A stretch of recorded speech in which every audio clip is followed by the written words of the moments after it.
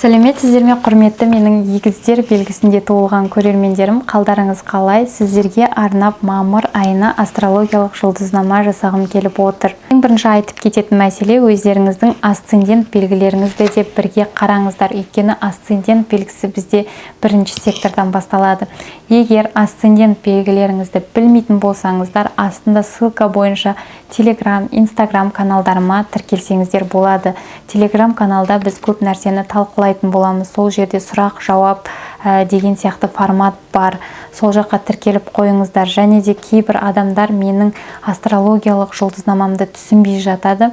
Сол үшін түсіну барысында бір марафон жасағым келіп отыр, және жасау үстіндемін. Сол марафоныма қатысқыларыңыз келетін болса, міндетті түрде Telegram каналыма тіркеліп алыңыздар.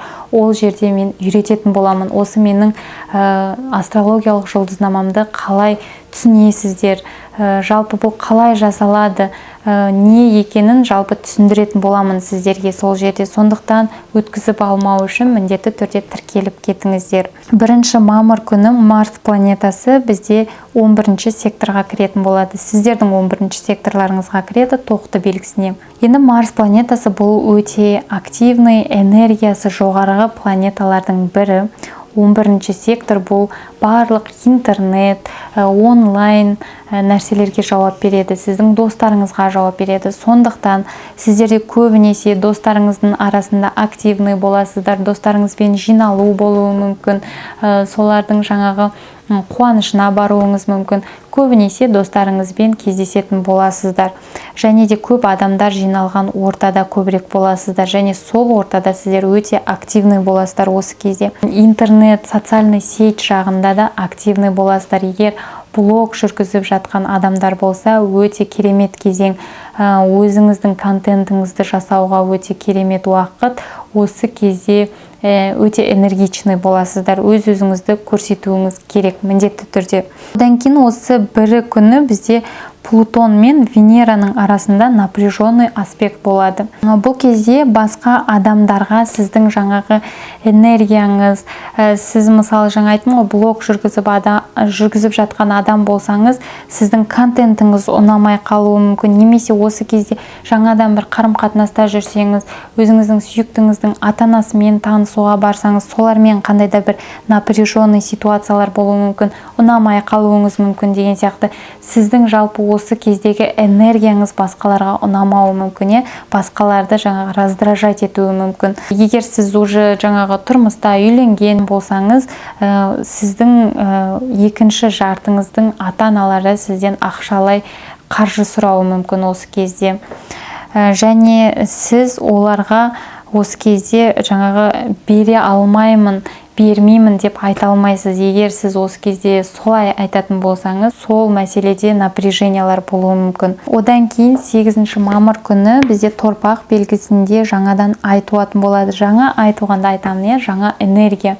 Біздің вселеннаядан бір энергия бөлінеді. Сондықтан осы кезде адам сол энергияны пайдалану керек. Айдың туылуы негізі 4 фазадан тұрады.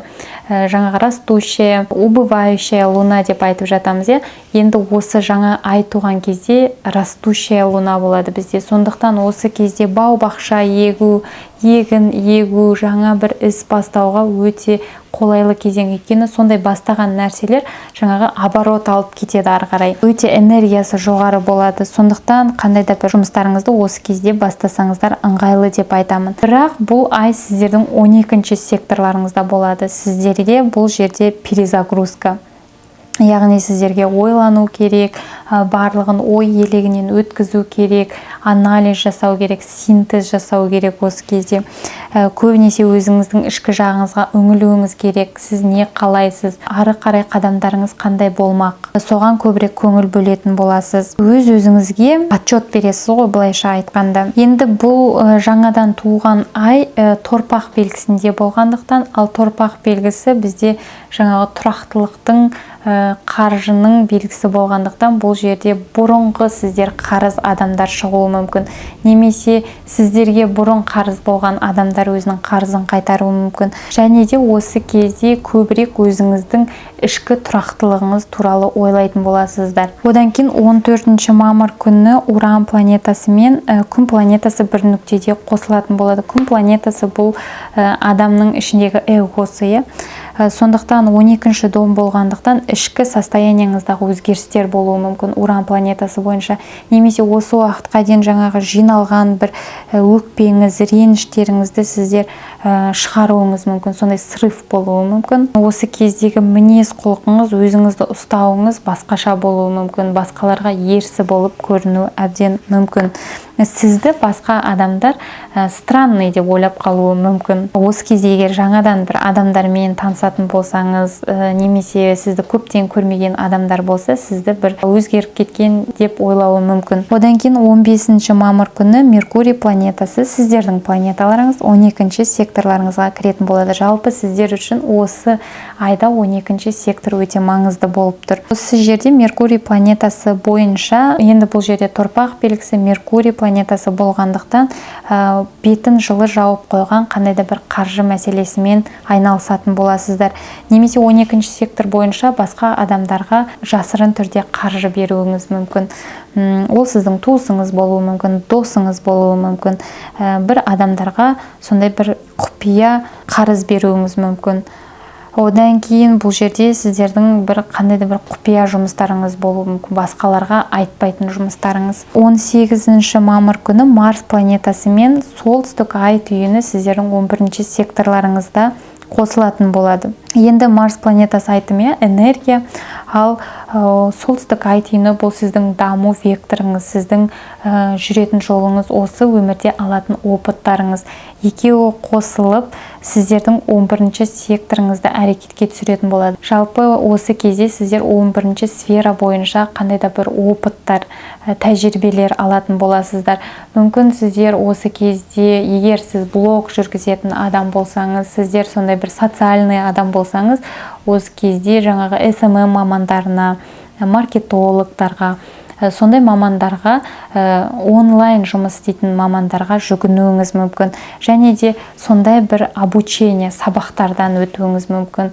Өзіңізге курс сатып алуыңыз мүмкін. Жалпы Инстаграмды қалай жүргіземін, Ютубты қалай жүргіземін деген сияқты сондай бір ақпараттар алуыңыз мүмкін осы кезде. Өзіңізге жұмбақ болған, сізге қызық болған, сіз білмейтін бір нәрселерді білуіңіз әбден мүмкін. Марс пен солтүстік ай түйінінің қосылысы өте үлкен күш қуат береді адамға. Жаңағы айтады ғой, атың шықпаса жер өрте деп. Сол айтпақшы, осы кезде сіздер өздеріңізді интернет арқылы трансляциялауға жалпы өте қолайлы кезең.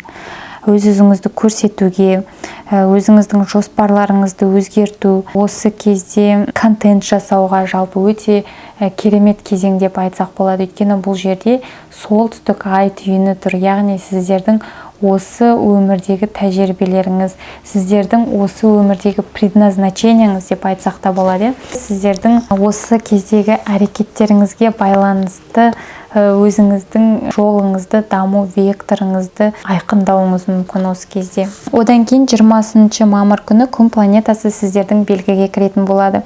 Енді күн планетасы бұл сіздің ішкі жан дүниеңіз, сіздің эгоңыз ғой, сіздің күш қуатыңыз жалпы сізге жауап береді, сіздің ішкі ядроңызға жауап береді.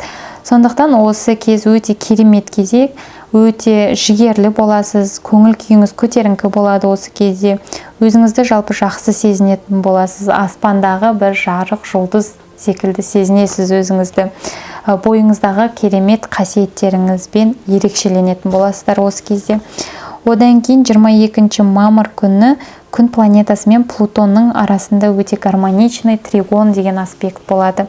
Бұл сіздердің 1-9 секторларыңызды түртетін болады. Адам резко осы кезде саяхаттағысы келуі мүмкін, саяхатқа барып келгісі келуі мүмкін. Және бұл кезде адам көбінесе өзінің рухани байлығына көбірек көңіл бөледі.